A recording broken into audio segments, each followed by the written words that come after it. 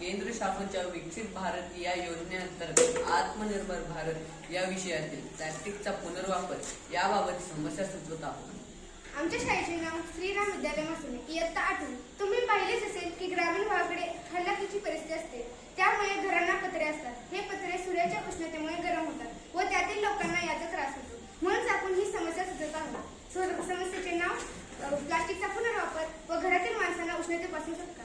हा प्रयोग करताना आपण सर्वप्रथम एक प्लास्टिकची बॉटल घेऊन कात्रीने त्याचा वरचा भाग कापून खालचा भाग कापायचा व मधील भाग त्याला मधून कट मारून आपल्याला एक अशी शीट मिळणार व आपण अशा आवश्यकतेप्रमाणे शीट तयार करून त्याला स्टेपलरने स्टेपल करून पत्र्यावर लावायचे।